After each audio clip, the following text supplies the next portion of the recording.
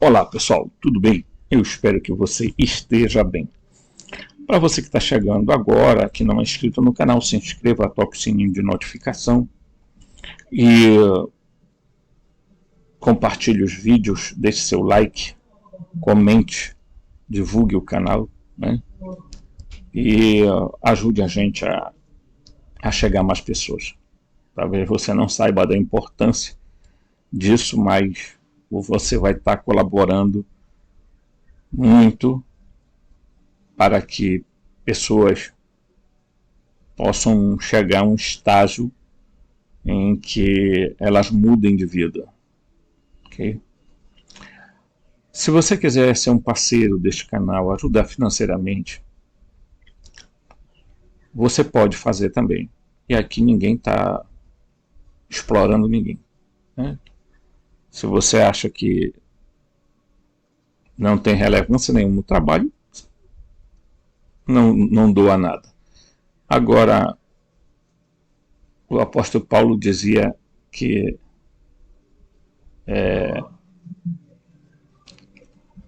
quem doa com alegria, né, é importante,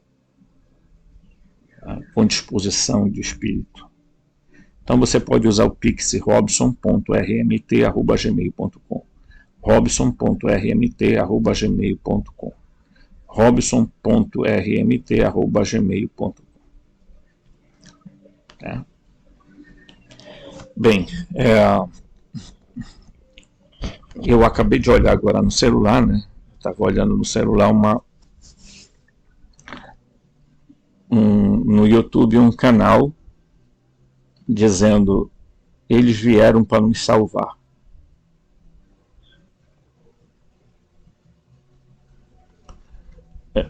A capa, a thumbnail, é um disco voador. Talvez com a indagação: eles vieram para nos salvar?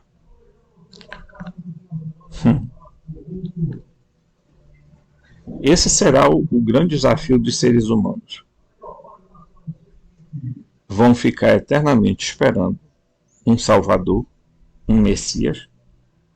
Provavelmente serão enganados pelos sionistas que vão apresentar ao mundo o cara que vai resolver os problemas, tá?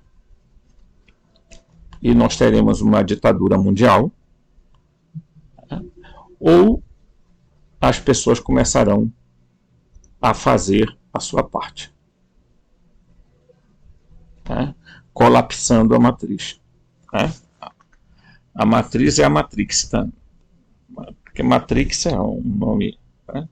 E eu estava olhando aqui exatamente esse fato, né? Eles vieram para nos salvar. Deixa eu ver se eu encontro aqui, tá? Essa frase, porque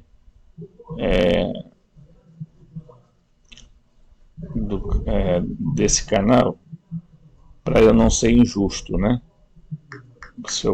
No comentário. Deixa eu ver aqui. Eu acho que esse aqui mesmo, né? Tem um bem aqui. Deixa eu ver aqui.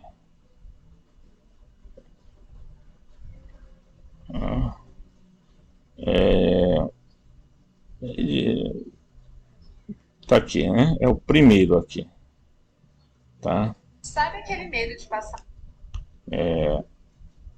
a perrengue no meio de um passeio por causa de um pneu? Só estou passando aqui o vídeo, aqui. Um objeto voador não. Tá aqui, ó. Tá? OVNI filmado por militares. O que está acontecendo? Tá? A thumbnail dizia exatamente: eles vieram para nos salvar. Aí vai contar o fato de que houve a filmagem, supostamente uma filmagem de OVNI, e eu já tinha visto isso lá no outro canal, né? Eles filmaram através de drone lá na Ucrânia, em forma de charuto, né? Aquele coisa lá. Então,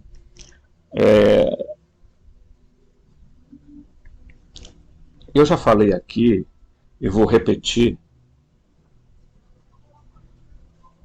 que eu acho que um dos maiores enganos do ser humano é achar que tem alguma coisa vindo de uma outro sistema estelar, de um outro universo, de uma outra galáxia, de uma outra não sei o que para cá para a Terra.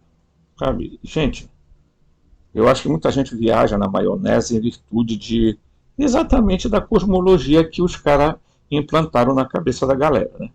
Então, implantaram que esse universo aí tem bilhões e bilhões e bilhões e bilhões e bilhões e bilhões, né?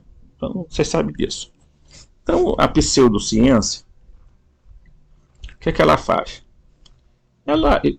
Os grandes cientistas são pagos para dizer o que os caras querem que eles falem, porque senão eles não conseguem dinheiro para financiar a pesquisa, né?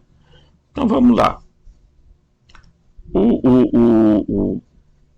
Lá na Ucrânia se filmou, aí todo mundo acha que tudo que está no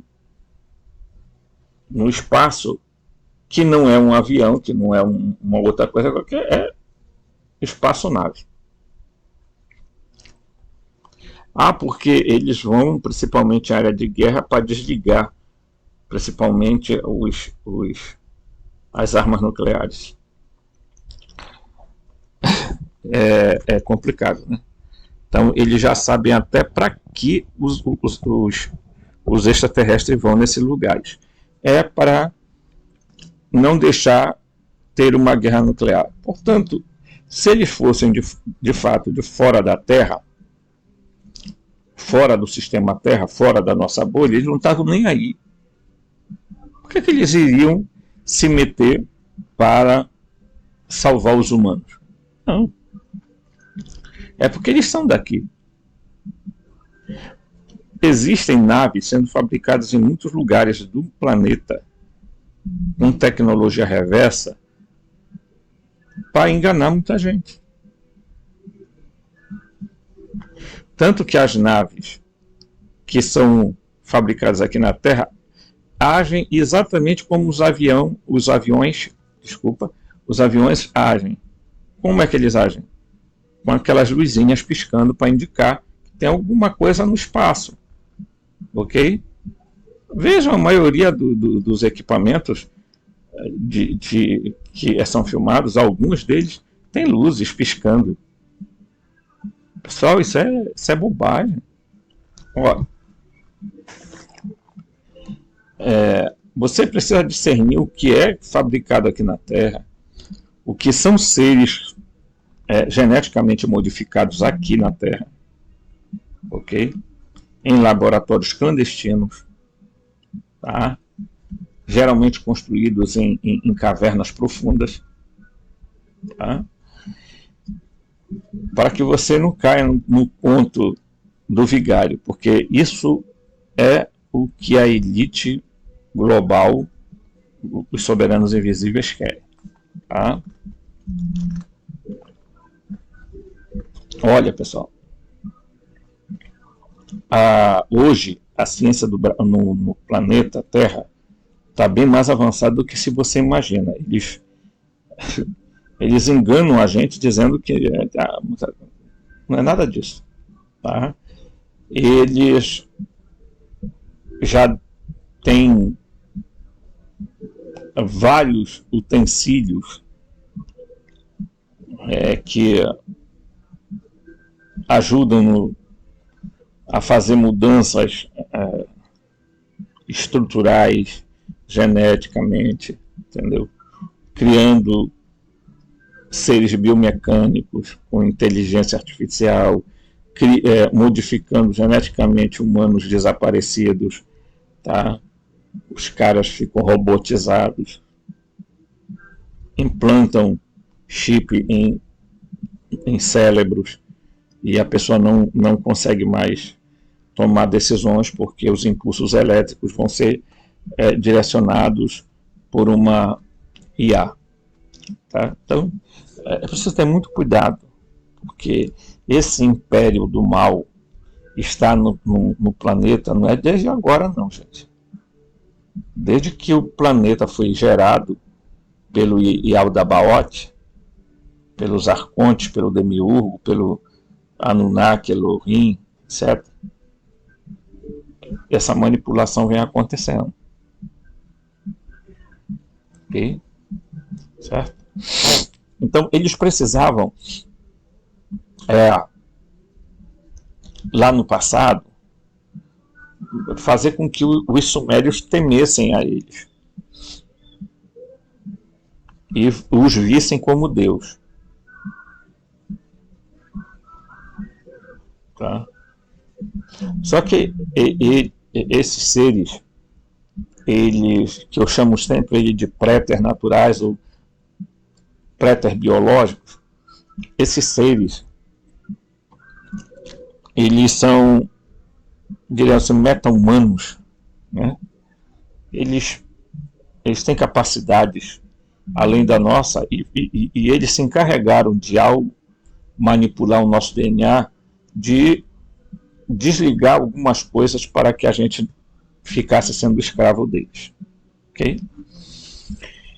Então aqui agora nós vamos olhar algumas coisas. Nós vimos o filme Matrix e descobrimos como é quais os códigos do filme Matrix foram enviados para nós. Tá? Então, vamos lá. Aqui, ó, as origens gnósticos ainda são debatidas. Tá? Então, a gente precisa conhecer, né, os gnósticos, né, saber o que os gnósticos representaram. Tá? A maioria dos estudiosos assume que o gnosticismo surgiu entre o século II e o século III. Tá? Eles estão bastante errados, que os gnósticos surgem no primeiro século. Tá? Surgem porque Jesus conhecia vários tipos de tecnologia. Jesus usou tecnologia no processo que eles resolveram chamar de milagre, porque eles não tinham outra expressão para usar, para chamar. Ok? Embora outros presumam uma data anterior, talvez as antigas origens judaicas, mesopotâmicas ou egípcias. Tá? Então, observe bem isso aí. Como argumenta April Denik em The New Gnostic Age, o início do gnosticismo é um espantalho, pois nunca foi realmente uma religião, mas sim uma orientação metafísica encontradas em muitas culturas antigas em que vem de muitas tradições que se uniram no nascente cristianismo. Essa fluidez do gnosticismo e o fato são poucas de suas obras terem sobrevivido e tornaram frustrante o fato que os estudiosos, quando para os ocultistas, a compreensão dos princípios gnósticos. Tá?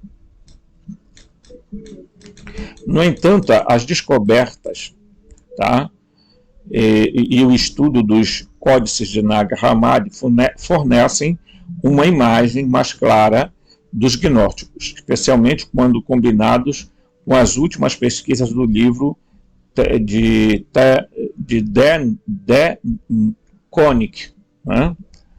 Apocalipse do Deus Extraterrestre, e de David Bach, os gnósticos. Né? Assim, desde os estudiosos de outras pesquisas, podemos deduzir 4 elementos intrínsecos do gnosticismo. Primeiro, vivemos, olha só, tá?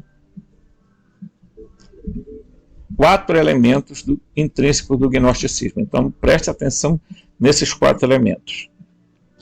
Uma realidade simulada. Nós já estudamos e falamos sobre a Matrix. Tá? Um planeta prisão. Ok? Esse planeta é uma prisão. Pior cenário. uma ilusão que nos distrai, tá? Na melhor das hipóteses. Tá? Então, olha aqui. Realidade simulada, planeta prisão e uma ilusão que nos distrai. Tá? Então, o que eles estão fazendo com a gente sempre? Nos distraindo. E como fazem isso? Robson, como é que ele faz isso? De várias maneiras. Nem que eles tenham que sacrificar vidas humanas, eles fazem. Então eles criam guerra do nada. Tá? Primeiro porque eles precisam sacrificar vidas a esses deuses. Tá? Então imagina. Né? E aí você vê os absurdos. Então, observe que às vezes os canais de televisão não estão mais falando da guerra da Ucrânia, da guerra lá no Oriente Médio, entre Israel e os palestinos, etc. E tal. Tá? Veja bem. Tá? Então, o que acontece? Tá? Eles resolvem criar uma cena do nada para mais uma vez chamar a atenção e distrair as pessoas. Aí o que eles fazem? Atiram em mais de 100 pessoas que estavam correndo para comer, para pegar comida. E qualquer um de nós, seres humanos, que olhamos para uma cena dessa e achamos normal, então está na hora de procurar uma psiquiatria bacana para tentar fazer uma análise, porque a pessoa não é mais humana. Então, o que está acontecendo hoje é exatamente isso. Tá? Nós vimos durante uma semana toda, tá? Israel, o governo de Israel, mirando o presidente do Brasil. Depois, como não deu muito resultado, o que é que fizeram? Bem, lá vai 100 pessoas atiradas, né? E filmadas com um drone de cima, com um monte de gente famélica. Né? E aí as pessoas correm para as ruas com uma bandeira que usa não a estrela de Davi, mas a estrela de Salomão.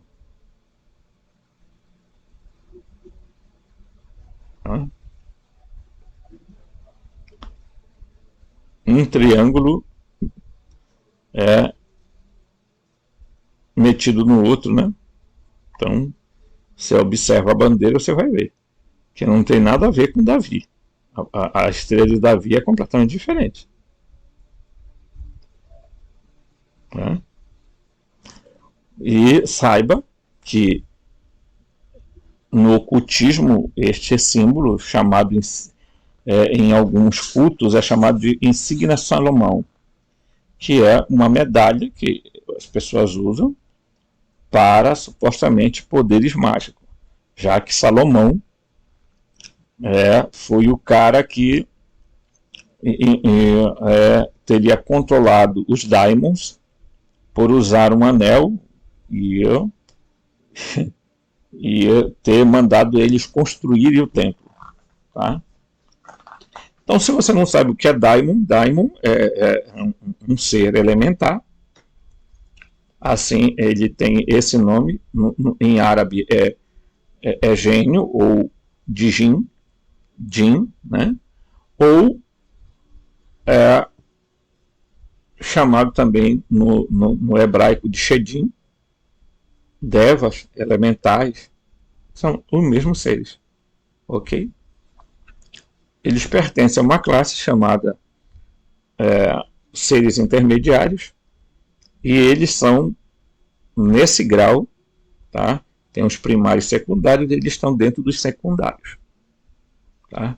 Porque os primários são exatamente esses supostos seres que se apresentam como deuses.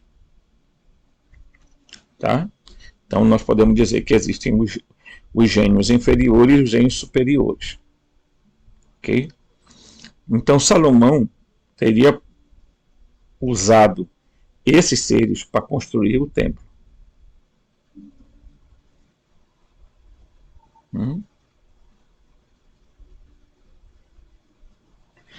Eu não sei se vocês sabem, mas a maçonaria usa muito como modelo um tal de Irã, que era o arquiteto da obra.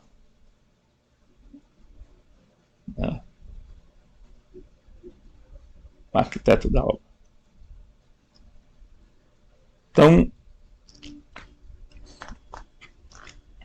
a maçonaria ela gosta muito de se orgulhar, de dizer que eles remontam desde os períodos da Suméria, que eles herdaram as tradições, sabe?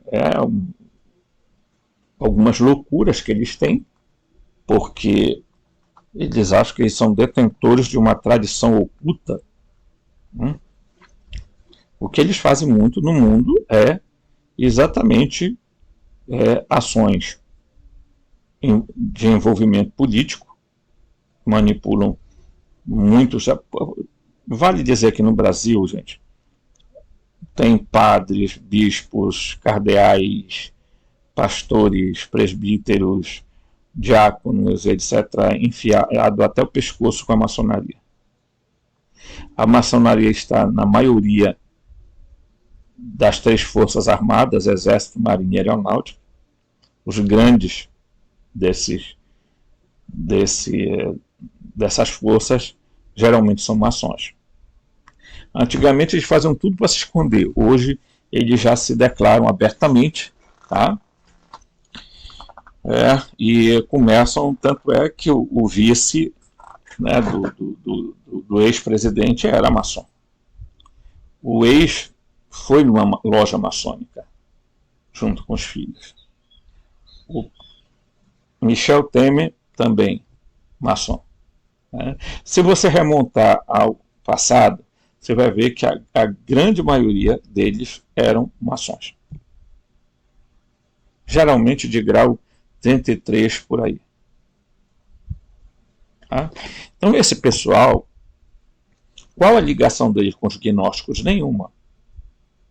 Porque tem muita gente que acha que porque tem o G no meio do triângulo, tá, esse G tem a ver com gnose. Não. Tem a ver com Gadu, grande arquiteto do universo. Tá?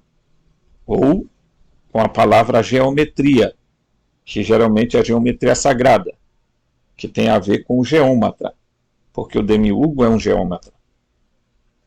Ele criou a Matrix em detalhes geométricos. Tá?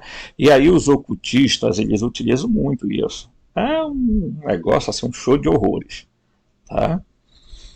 Então, a gente está vendo uma tentativa de acharem que vai vir um salvador, uma nave vai descer aqui na Terra, né? E aí a nave vai pegar, vai tirar o Joe Biden, vai tirar o Benjamin Netanyahu do poder, vai tirar o Putin, vai tirar um bocado de galera e detonar e vão dizer, olha, agora vocês estão livres, são salvos. Eu acho que assim, fantasia em alguns momentos até bom, mas tem coisa que é ridícula, né? Achar, supostamente, que porque se filmou um objeto no céu, automaticamente são seres que estão vindo aqui para ajudar. E vocês sabem o que é o engraçado? Eles filmaram esses objetos e dizerem assim, olha, esses objetos estão do lado dos ucranianos. Lá em Israel está acontecendo a mesmíssima coisa. Eles filmam o anjo, né? Aí eles filmam aquelas luzes e começam, né? Geralmente cristãos evangélicos, meus irmãos, glória, o anjo do Senhor está combatendo em favor de Israel, o anjo do Senhor está acampando a favor de Israel, Enquanto isso, os judeus ortodoxos estão rindo da sua cara.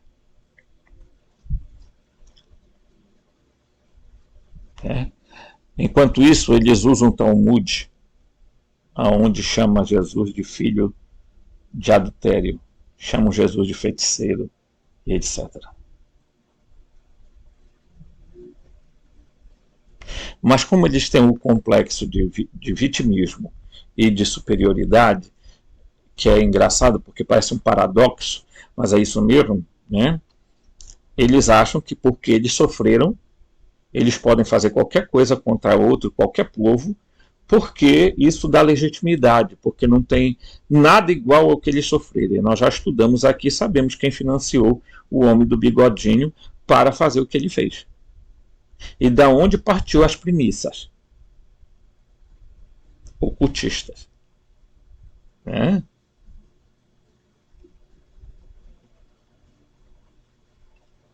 Só não entende quem não quer.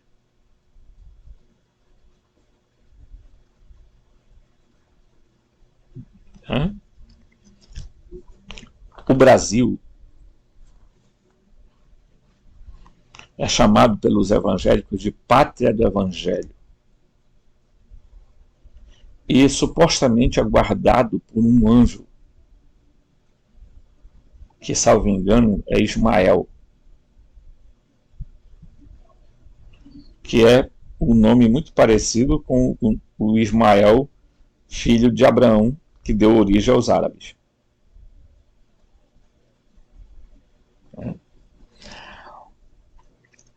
Então, pessoal, nós vamos falar em vídeos aí para frente sobre a história oculta do mundo. Nós vamos falar algumas cositas muito interessantes, né,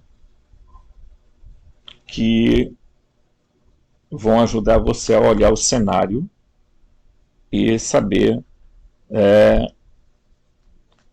que há momentos que a gente tem que correr para as montanhas. Né? Então,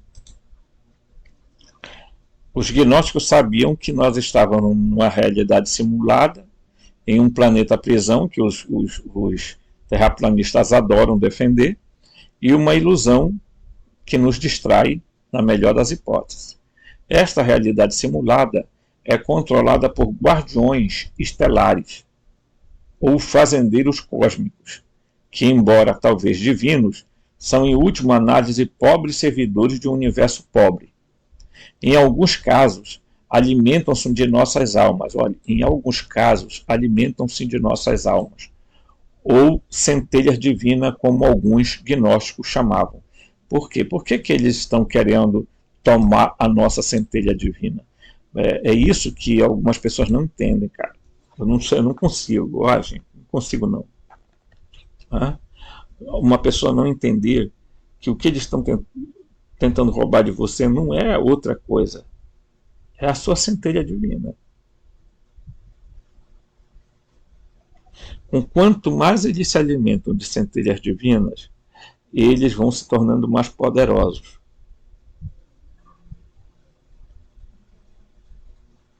Né? Então, portanto, essa matalança, eu vou chamar assim, você já entendeu. Lá na Ucrânia, lá em Israel, lá não sei aonde mais, que tem, não é só essas duas, é nada mais, nada menos do que sustentar com centelhas divinas esses seres. E, por consequência, fazer a tentativa de redução da P, né? Certo? Que é um trabalho que eles vêm se empenhando muito grandiosamente, com a desculpa de que eu não tem como ter mais habitantes porque não tem alimento suficiente, o que é uma mentira. Tem alimento suficiente para manter a humanidade toda, pessoal. Tá? Mas eu mostrei para vocês aqui, eu não sei onde que está, mas eu mostrei que o cálculo, né? Um cálculo aqui, porque é o seguinte, do tipo, né, 1% da população mundial detém 43%, tá? Certo? 43% da riqueza, certo? Tá? Então você imagina o seguinte, 1% da população mundial, que está em torno daí de 8 trilhões, eu acho, uma coisa assim. Então tem 80 bilhões de seres humanos que eles todos detêm 43% da riqueza. E o resto é dividido entre essa galera. Então, tem gente paupérrimos vivendo no mundo, tá? E as elites dos países não estão nem aí para esse pessoal. Então, você já imagina o que acontece, né? Então, vamos lá. Eles se alimentam das centelhas divinas, né, para alimentar o próprio cosmos. Esses guardiões estelares, em algumas narrativas, anjos ignorantes e rebeldes, eram chamados de arcontes. Tá? Chamados de arcontes. Termo em grego para governantes. Nos textos gnósticos, seu líder era às vezes conhecido como o demiurgo. Tá? Termo grego para trabalhador público, ou frequentemente associado à divindade do Antigo Testamento. Tá? Ok? Muito bem. Nossa verdadeira origem.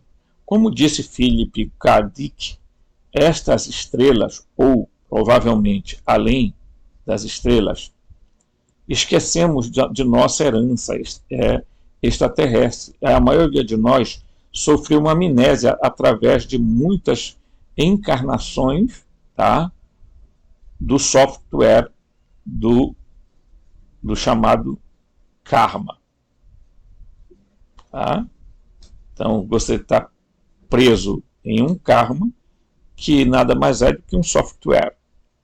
Nossa centelha divina pertence a um Deus e até então desconhecido e fora dos domínios materiais, o que não é verdadeiro. Já repito de novo, não existe nada que precede a matéria.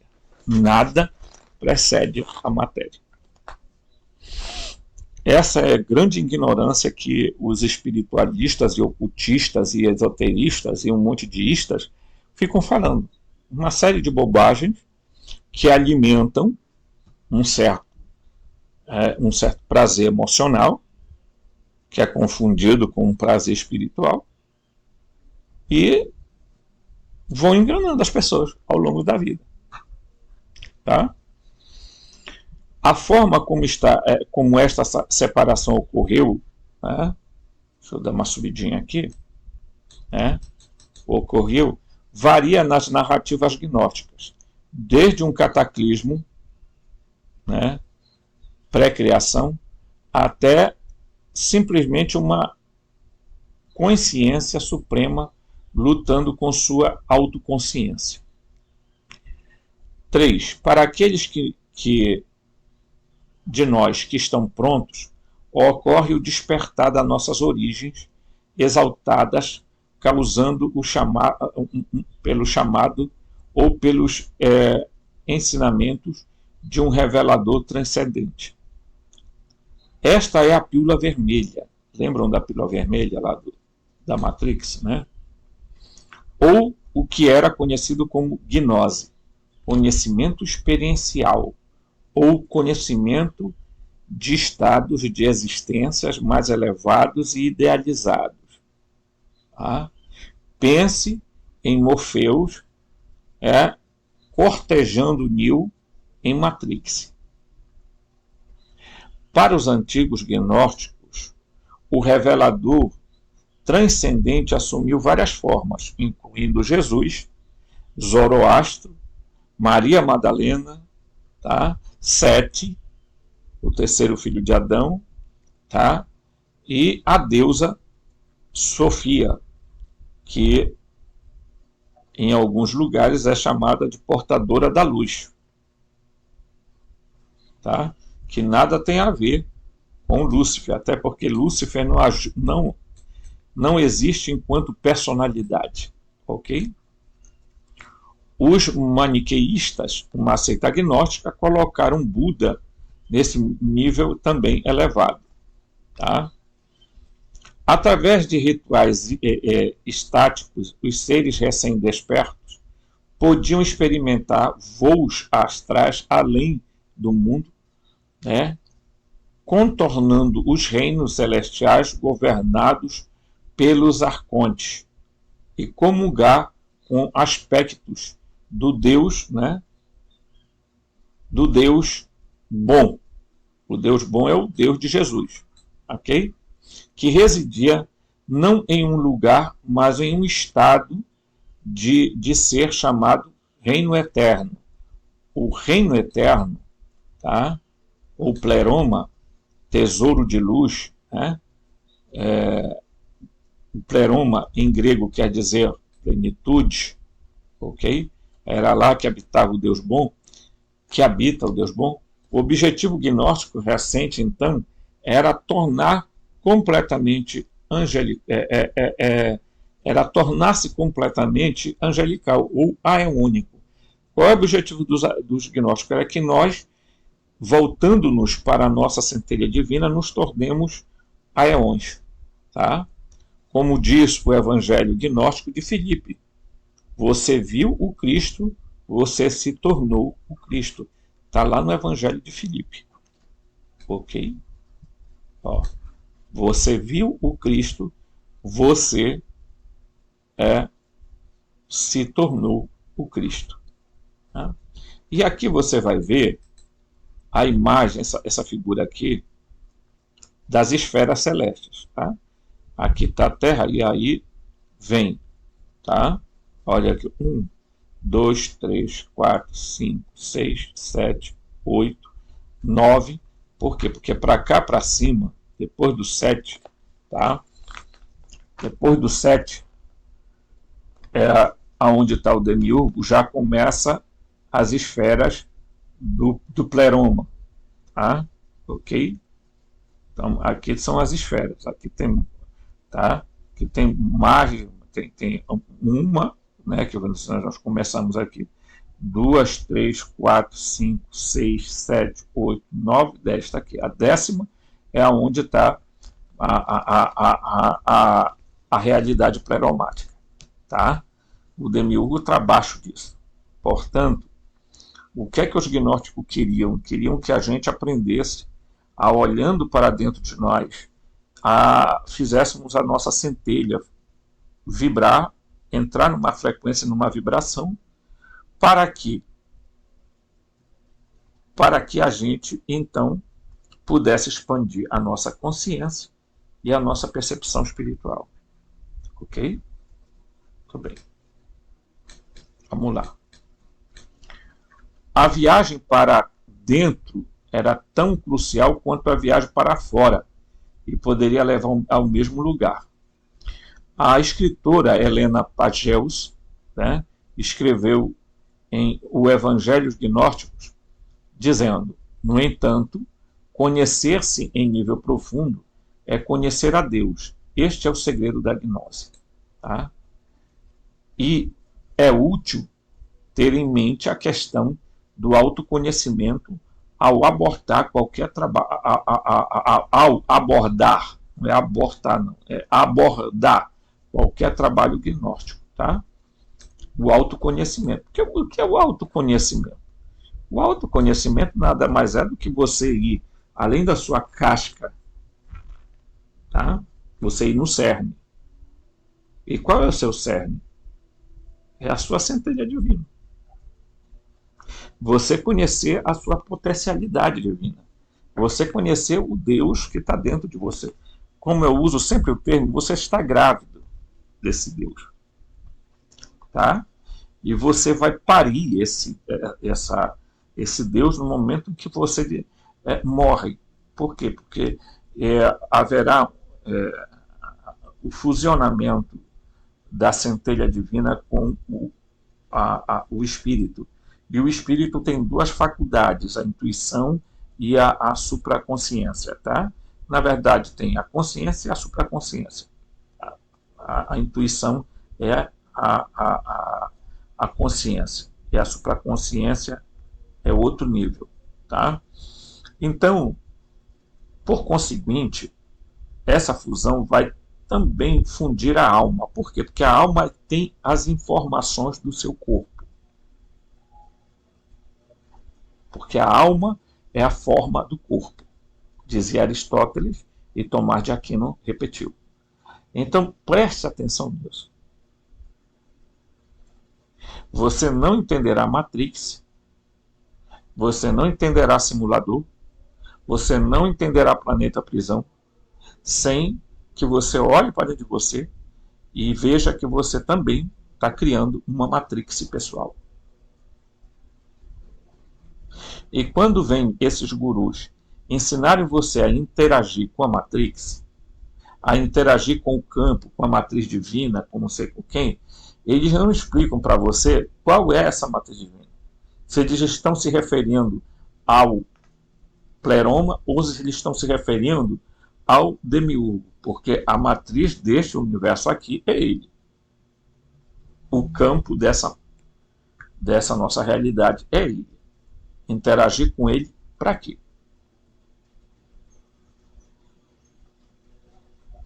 Para ficar rico?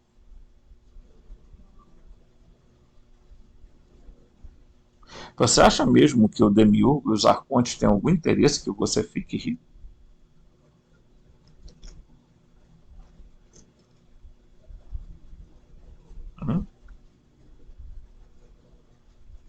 Gente, são perguntas elementares. Às vezes eu fico imaginando que as pessoas ficam achando que eu tenho alguma coisa assim, sabe? Que 43% 1% da humanidade tem 43% da riqueza. Esses 1%, que dá em torno de 8 bilhões de pessoas, vocês acham mesmo que esse pessoal usaram o poder da atração, a lei da atração, para ficar rico?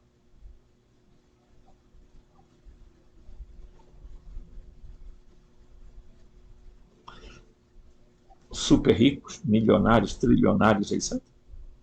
Você acha que esse jogador de futebol que ganha dinheiro que, a perder de vista, usa lei de atração?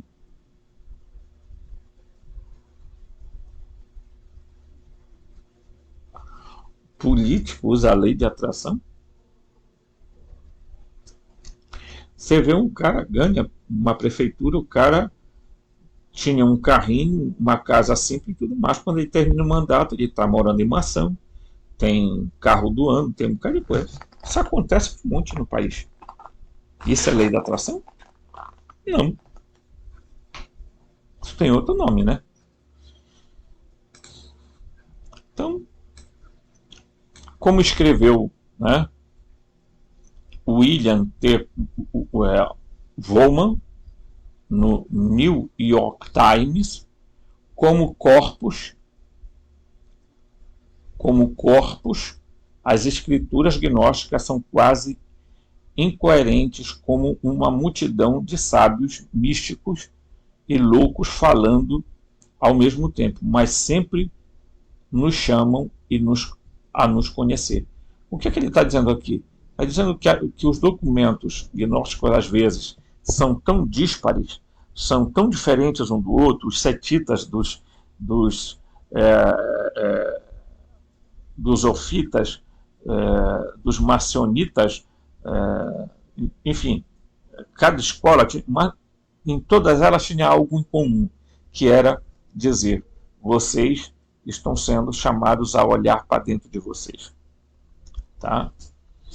Tendo isso em mente, estes pontos podem ajudar a definir vários grupos como parte da corrente gnóstica histórica, sejam eles 7 anos, está aqui, né?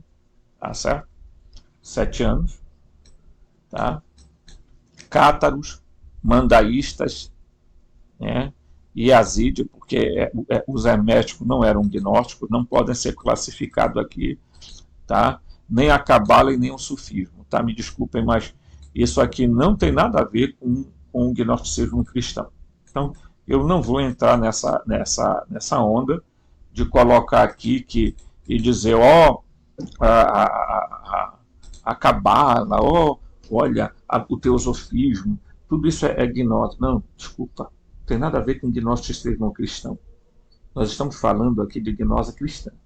Ninguém está falando aqui de gnose de Samael Van Veor, ninguém está falando aqui de Helena Blavatsky, ninguém está falando aqui, e eu não vou perder o meu tempo olhando a doutrina secreta. Eu não vou mesmo. Tá? Os gnósticos, com muito mais simplicidade, falaram as coisas com muito mais clareza do que ela. Tá? E convenhamos, né? Ela deu suporte para algumas ideias absurdas que se desenvolveram ao longo do tempo, principalmente com o homem do bigodinho, que era ocultista. Ele era ocultista. Tá? Foi financiado por sionistas, né? Para fazer o que ele fez. Né? Ok? É Matrix, meu irmão. Né? E aqui tem a imagem do Elohim criando Adão, de William Black. Tá? Essa imagem, tá, é de William Black. Tá? Foi ele que produziu. Ok? Subindo aqui um pouquinho. Vamos lá. Opa! As 4 características funcionam como definição de outros estudiosos, por exemplo, de uma extremidade, de um proeminente estudioso bíblico, Bart Ehrman, em seu livro Voices of Gnosticism. No caso do gnosticismo, a gnose é a própria base da salvação. Alcança-se a gnose revelando-a a essa pessoa através desta revelação, desperta-se da ignorância, do sono ou da embriaguez, que são várias metáforas usadas para o estado do ser humano ante a receber a gnose. Uma vez que a gnose é revelada, tá, essa pessoa é aceita e aceita por ela é, em última análise, a base para a integração no mundo divino, no qual a pessoa se originou. Quer dizer, você se reconecta ao pleroma. Tá? Uma das características essenciais da gnose, em termos do seu conteúdo, é que o conhecimento que salva é o conhecimento de que o mundo em que vivemos não é um mundo eterno e que os nossos seres mais íntimos são divinos e substâncias e substanciais, tá? Há um ser divino que está além do mundo e não é, em última análise, responsável por essa criação. Então, como é que eu reconheço que eu aceitei a gnose e a gnose me aceitou? É quando eu começo a ver as coisas como elas são, não com pessimismo. Porque tem muita gente que diz que os gnósticos eram muito pessimistas em relação ao mundo, em relação a não sei o quê. Não, os gnósticos eram realistas. Você tem que diferenciar o que é realismo de pessimismo. Ok? Então, quando você descobre no seu interior que você tem um Deus, né? Uma partícula de Deus, que ele é a chave para você se reconectar com o pleroma, aí isso é gnose. Você já não precisa mais de religião. E eu sempre cito isso. Jesus dizendo que é um Jesus deturpado, mas eles modificaram muita coisa sobre ele, mas algumas coisas são conservadas e aí. Né? Então, quando ele dizia, quando orardes, não se ponha de pé como os hipócritas nas esquinas da rua, para serem vistos pelos homens. Quando estiveres em oração, entra no teu quarto, fecha a tua porta, e o Pai que vem em segredo, tá? Que vem em segredo, te ouvirá, né? Te ouvirá.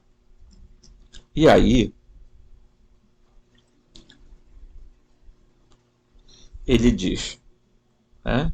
E aqui eu quero fazer uma oração, e essa oração é uma adaptação feita pela Alaia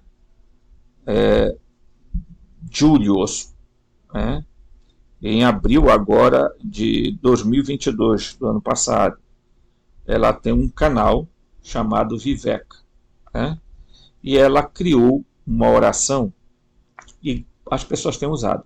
Então, quando Jesus falou sobre entra no teu quarto, no teu interior, fecha a tua porta, porque o Pai que está em segredo verá a tua oração, ele disse, e quando orardes, orai assim, Pai nosso. Né? Preste atenção que eu vou fazer a oração, ela fez uma alteração e é um Pai Nosso gnóstico, não é o Pai Nosso tradicional. Ela diz, Pai das profundezas, que estais nos eões inefáveis, sagrado seja teu nome impronunciável e a luz do teu Espírito invisível. Que o pleroma perfeito possa ser minha morada e se manifeste em mim a tua centelha de luz divina. Que seja feita através de mim a vontade do Logos, preenchendo com tua bondade tanto o cosmos criado como o mundo da luz. Que a minha alma possa receber seu alimento espiritual e abandonar as sombras do engano e da ignorância. Que possamos nos libertar do sono, da falsidade e da morte, e iluminar as trevas para todo o sempre, tornando-nos livres verdadeiramente vivos, renascendo para Cristo, que em nós habita. Amém. Então, os créditos são da Alaia Julius. Tá? Para quem não sabe, a Alaia Julius, ela é uma das tradutoras desse livro. Tá? Vocês vão ver o nome dela bem aqui, ó. Alaia Julius. Tá? Alberto Brum é o avô dela. Tá? Então, eles têm essa editora aqui, tá? Que publica esse livro. Tem já 2 livros lá publicados sobre a gnose. Então, muito interessante, tá, pessoal? Eu faço questão de divulgar. A Alaia não me pediu isso, né, nem a editora me pediu. Eu estou fazendo porque eu acho que é preciso que outras pessoas tomem conhecimento da gnose. Eu acompanho o canal dela, mas nem sempre concordo com as coisas que ela divulga no canal, tá? Porque muitas vezes ela mistura com a teosofia, porque tem um grupo deles lá que são teosofistas. Mas, assim, em termos dos livros, tudo bem, tá? Agora, se você me pedir, assim, me perguntar a minha opinião a respeito, quando ela se detém unicamente na gnose cristã, eu até acho legal, mas quando começa a misturar teosofia, tá? E uma série de outras coisas aí no meio, aí me desculpa, tá fugindo totalmente de princípio. Por quê? Porque a gnose cristã, gente, é algo único. Não dá para você ficar querendo misturar a gnose cristã com a teosofia, com não sei o que, ocultismo, com não sei o que, com não sei o que tem mais. Pelo amor de Deus. Você destrói por dentro o gnosticismo. Tá? O gnosticismo cristão. Então, eu, por exemplo, gosto de algumas coisas, mas tem muitos canais, eu assisto muitos canais que tem por aí, né, que falam assuntos interessantes, mas chega um momento que eu percebo que a pessoa começa a enveredar por um outro caminho que não tem nada a ver com a estrutura daquele canal. Eu estou procurando, dentro do possível, me manter dentro da linha do canal, da proposta que eu me fiz para criar esse canal. Tá? Então aqui a gente fala de tabuletas da Suméria, falamos né, da Bíblia, dos escritos ugaríticos, dos códices de Nag Hammadi, dos escritos de Qumran, tá? Mas por quê? Por que tem relação? Porque tem relação. Porque os Anunnaki, os Elohim, os Arcontes são os mesmos seres. Tá? E por isso eu já tenho uma série de vídeos, pessoal. Todo mundo pode tirar dúvida aí. Tá? Aí cada um vê o que é, né? Certo? Vamos dar um saltezinho aqui. Gnosticismo em um contexto moderno. Então aqui você vai ver o mundo da Matrix, né? Olha aqui, né? Essa é a imagem que passou aí. Tá? Então diz assim, além dos motivos poderosos e radicais do gnosticismo, que o gnosticismo oferece para as artes visuais modernas, como aqueles encontrados no filme, como Truman Show, o show de Truman, né? Matrix, esse filme aqui, Inception, né? Ou as séries de televisão como The Prisoner, né? Ou o Westworld, né? É uma vantagem do gnosticismo é que ele pode ser interpretado literalmente, espiritualmente ou psicologicamente, como se quiser. Eu prefiro ficar com a opção de literalmente, tá? Porque esse espiritualmente aqui é muito perigoso e esse psicologicamente ainda pior. Tá? O título da ilustração Carl Jung baseou grande parte das suas teorias psicológicas profundas na cosmologia gnóstica, principalmente porque via o gnosticismo como uma disciplina que investigava com eficiência o subconsciente para obter insights terapêuticos. Tá? E eu não estou aqui para discordar do Carl Jung, mas me desculpa, pegaram os documentos, fizeram uma leitura psicológica, uma leitura espiritualista dos gnósticos, e por isso tem tanta gente falando asneira sobre a gnose no dia de hoje. Tá? Na minha linha, na mesma linha, os estudiosos Stephen Davis disse: o Salvador não é um ser celestial trazido à Terra. Tá? O Salvador é uma capacidade, tá, da mente. E a jornada do Salvador vinda do alto é, na verdade, o próprio insight viajando de dentro para fora. Tá? O gnosticismo pode ser tomado tanto, se tornado tão politicamente quanto se queria, quer governantes reptilianos, alienígena ou estado profundo, tomem lugar do demiurgo e seus arcontes. Veja que essa ideia aqui de que tudo é psicológico, uma interpretação psicológica, que o pleroma é, na verdade, um momento que você não sei o quê, que o Salvador é algo que vem que sai de dentro para fora, e bibibobó, você vê que é uma interpretação psicológica, simbólica, e aí adentra no mundo do esoterismo, do espiritualismo, que destrói, porque no fundo, o gnosticismo é o quê? Um exognóstico.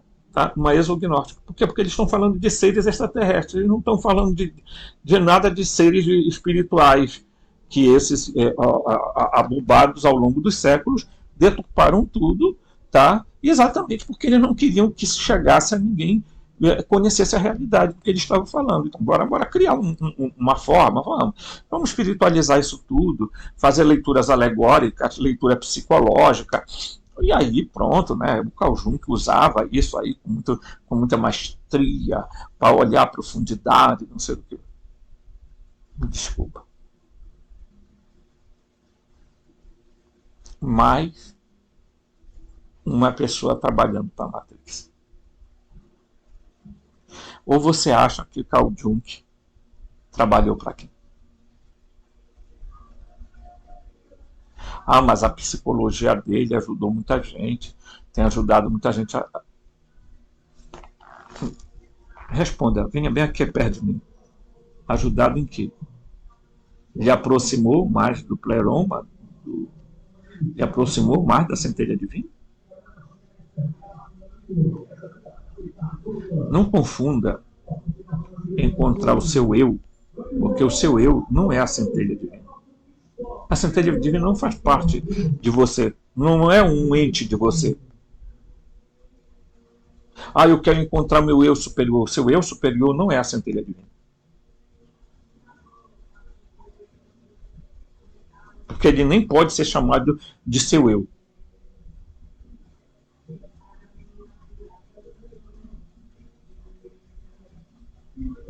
Então,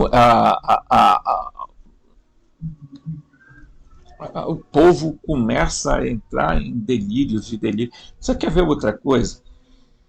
As pessoas começaram a pegar o gnosticismo e começaram a misturar com ideias do Bhagavad Gita, dos Puranas, do não sei o que, bibibó.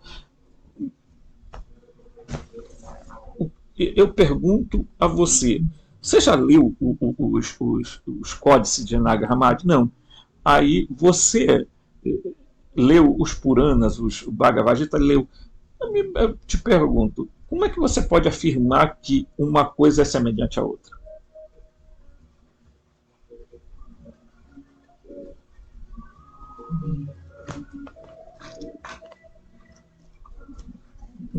Esse é um dos grandes males do ser humano, né?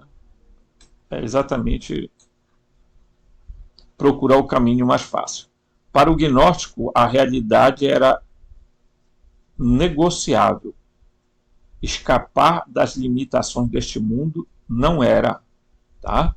Para o gnóstico, a realidade era negociável. Escapar das limitações deste mundo era. Tá? E para aqueles que estão no poder ao longo da história, a suspeita gnóstica da autoridade, a rejeição dos sistemas terrenos, a negação dos deuses criadores e da individualidade artística eram inaceitáveis. Os gnósticos declaram que toda a realidade era notícias, tá, falsas. Tá aqui, ó. Okay? Eles eram bastante radicais. Como De Koning escreve em seu livro, as ideias nas escrituras gnósticas não são inocentes, elas são inócuas. Elas não são inócuas, quer dizer, tá? As ideias nas escrituras gnósticas, tá bem aqui, certo? Não são inocentes, não são inócuas, pelo contrário, são provocativas, eles envolvem riscos, eles questionam, eles gritam e incitam. Ele também escreve isso. As escrituras gnósticas não se tornam escrituras proibidas, elas eram escrituras, não se tornaram escrituras proibidas, elas eram escrituras proibidas. Como você pode ver, a atitude gnóstica permeou a cultura atual num nível ou outro. O jogo é fraudado, os dados foram carregados desde o início. Tá? O melhor que podemos fazer é procurar protestar contra o cosmos e o seu mau karma, tá? Engenheiros de software, tá? A partir das aventuras sobrenaturais para lugares onde os anjos governantes temem pisar para encontrar o alívio de uma sensação da totalidade, tá? O ingrediente aqui, ó, que falta no gnosticismo moderno. Então, aqui as duas pílulas, tá? Para vocês escolher. A vermelha ou a azul. Né? Além da falta de esperança, ou poderia chamar de fé, falta um ingrediente crucial na sociedade atual que não é páreo para uma mentalidade gnóstica completa. É de outros movimentos esotéricos antigos. É melhor explicado pelo estudioso Philip K. Dick e Eric Davis. Tá? Eles dizem: gostaria de sugerir, em vez disso, que o impulso para transcender a ascensão, tá? A ascensão neoplatônica através das esferas, os súbitos despertados dos gnósticos, a rejeição do elan vital pelo monge do deserto, não é simplesmente um erro filosófico ou um traço do patriarcado, mas um motivo por um anseio intensamente lúcido pelo objetivo mais elevado, a libertação. Sim, mais do que tudo, os gnósticos buscavam a liberdade. Uma liberdade indomável e sem remorso. Na verdade, talvez seja isso que eles foram considerados os maiores hereges pelas autoridades seculares religiosas. Queriam uma liberdade que não estivesse armazenada em nenhuma construção material. Tá? Olha as ideias que os gnósticos tinham. Ok? O anônimo, né? Vocês conhecem aquele grupo Anonymous. Né? O verdadeiro gnóstico moderno estaria mais próximo do existencialismo positivo do autor britânico Colin Wilson, como Gary Lachman, né, escreveu em sua biografia de Wilson, né, Beyond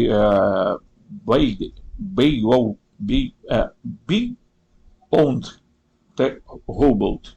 Né, Robot. O outsider é alguém que parece muito profundo e muito do que ele vê é o caos. Ele ou ela vive no mundo com a sensação de estranheza e realidade. A realidade assegura, estável, que a maioria de nós percebe a maioria de nós percebe é para estrangeiro uma ilusão, uma fachada que obscurece uma possibilidade mais perigosa e ameaçadora. O do nada, do niilismo e do vazio. A total inconsistência da vida humana e de todas as suas conquistas. Para o outsider, os valores significados que constituem a vida da maioria das pessoas. Um bom emprego, uma casa grande, uma boa conta bancária, são vazios, na melhor das hipóteses. Tentativas de ignorar, de fazer parecer civilizado e racional algo que é selvagem, desorganizado, irracional, ele representa a realidade. Tá? Então, você busca o significado e propósito do mundo cotidiano, não pode fornecer, e sua salvação reside em compreendê-lo e abraçá-lo com total convicção. Tá? Isso seria o gnosticismo nos tempos modernos. Foi aí que os gnósticos, ao longo dos séculos, encontraram a paz, além do que era imaginável, aceitável, para os estados sublimes da realidade não refinada. Por mais louco e paranoico que isso possa parecer, os gnósticos eram regularmente acusados disso. Talvez seja a melhor atitude para manter a sanidade nesses tempos de realidade negociável. Tá? Podemos não viver em tempos gnósticos, mas a psique da cultura ocidental está finalmente abrindo seu terceiro olho e alcançando o que os gnósticos descobriram há 2000 anos.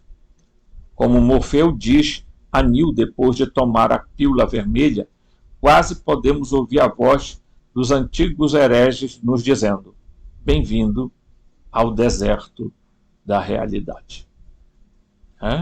Então, você imagina que alguém vai salvar você. E aí há o salvacionismo. Por incrível que pareça, você é que se salva.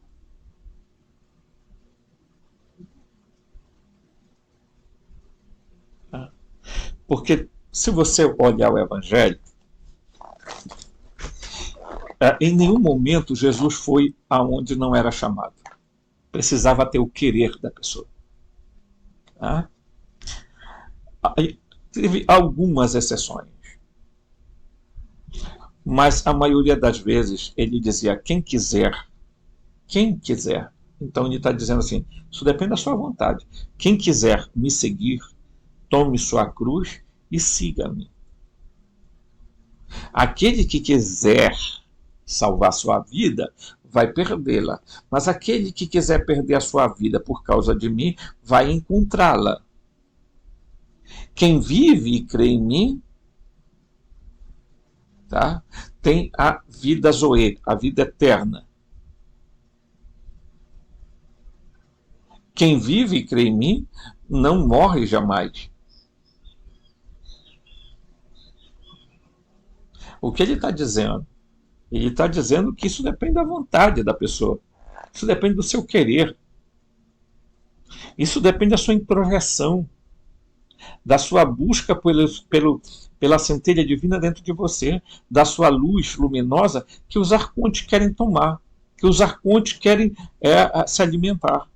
Por quê? Porque quando você morre fragmentado, eles exatamente se alimentam de almas. Ou melhor, se alimentam de espíritos. O que acontece? Eles se alimentam daquela energia cleromática e vão se fortalecendo. E o que acontece com você? Você vira uma sombra no mundo da existencialidade e fica vagando nas esferas, tá? De um lugar para o outro, vai induzido a crer que você está numa cidade muito, muito maravilhosa, com muros altos, né? Que na verdade é uma prisão, mais uma. Né? E aí pronto. Então Jesus nunca veio aqui e disse assim, olha pessoal, seguinte, tá? Eu estou aqui, vou resolver toda a parada, toda bacana, tá tudo, deixe comigo que tudo, basta você ter fé em mim e meu queridão, você já está no pleroma, você já está lá. Não, Jesus dizia, olha, Jesus nem sequer pregou meditação. Jesus não fazia yoga. Tá? Em nenhum texto do Evangelho se ensina dos canônicos e nem mesmo dos gnósticos alguma metodologia meditativa. O que Jesus ensinou entra pelo mundo da lógica, da razão, da racionalidade, da reflexão, da dialética. Tá? Entra na nossa vida, né, pela diagnose que nós fazemos de nós. analisando o nosso eu. O problema é que a maioria das pessoas estão fugindo de si mesmas.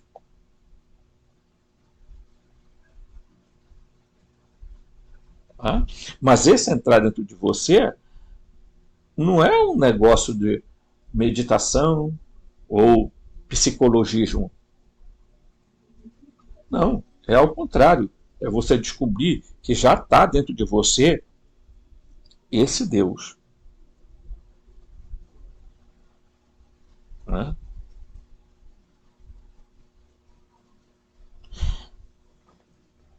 Por que Jesus sempre fazia separações? Quando ele disse, olha, naquele dia ele separará as ovelhas dos cabritos. E ele dirá aos que estiverem à sua direita. Né? Ele dirá aos que estiverem à sua direita, vinde, benditos de meu Pai bem-aventurado, Macários. Vinde, Macários. Macários quer dizer, vinde bem-aventurados, felizes. Vinde, vocês, entendeu? Né? Benditos de meu Pai, para o reino que ele preparou desde do início dos séculos, antes que o demiurgo criasse essa zorra toda aqui, ele criou um reino para vocês. Vende, bendito, e tal. E todo mundo, todas as pessoas que ele separou vão, né? E vão para onde? Vão flutuando, espaço infinito? Não. Vão, com certeza, entrar numa nave e partir rumo ao pleroma. Não é? Ok? Se você tiver um olhar exognóstico. Se você tiver um outro olhar e disser assim, bem, nós vamos, né? Porque o apóstolo Paulo disse, bem, olha, gente, carne e sangue não pode habitar o reino de Deus. O reino de Deus é a mesma coisa do pleroma, tá? Então, o reino de Deus, você não pode, a carne e sangue não pode entrar. Por que não pode entrar? Porque não pode. Porque o corpo biológico foi feito para viver nessa terra. Numa outra materialidade, exige-se um outro corpo. Então, essa é a lógica.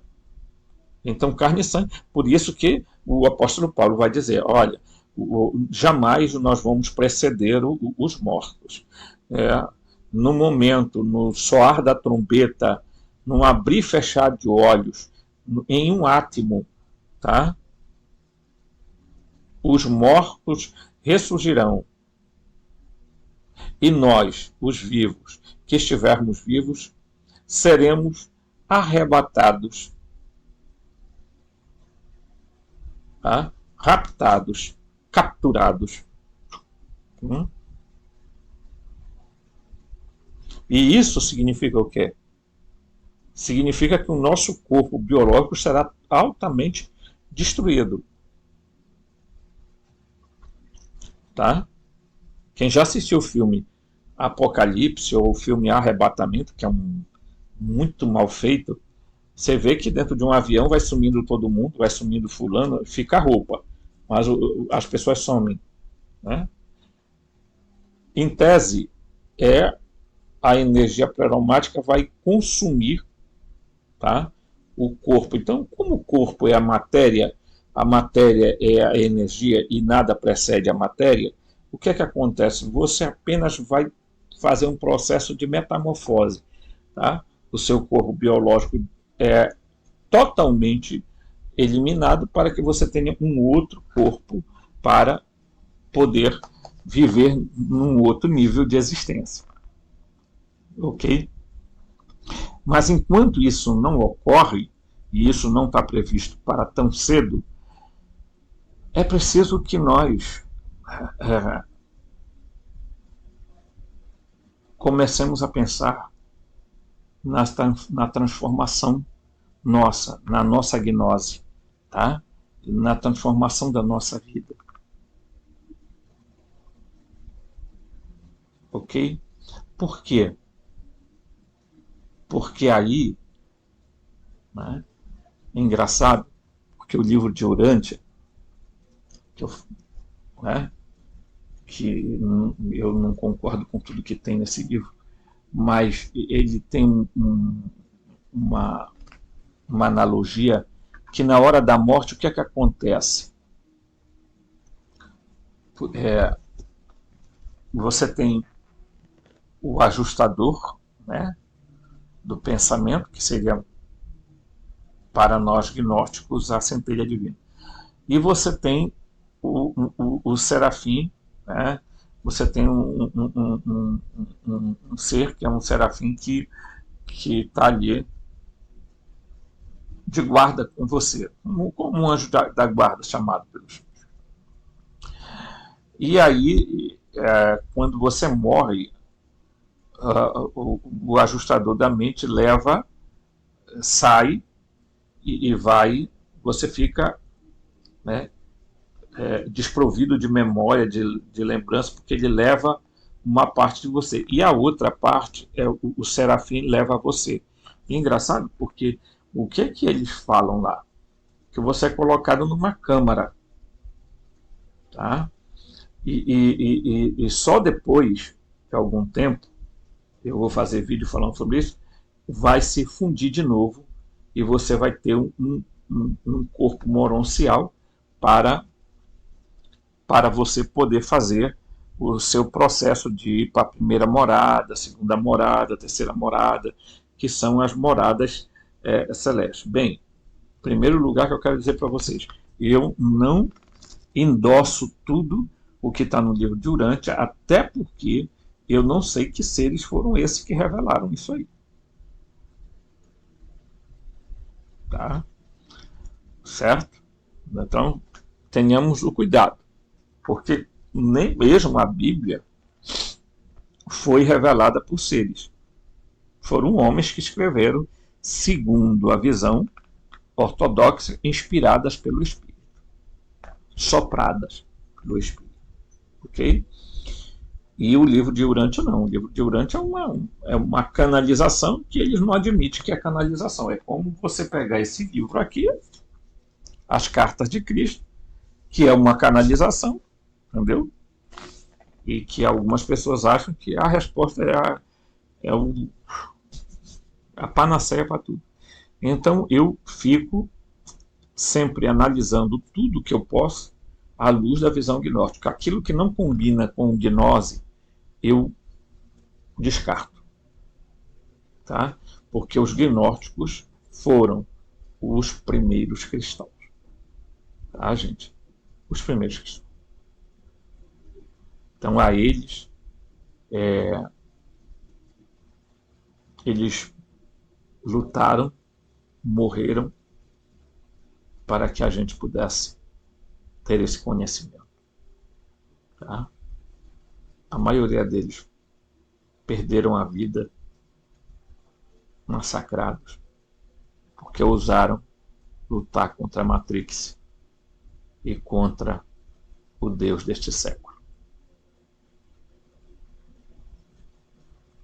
Abraço e até o próximo vídeo.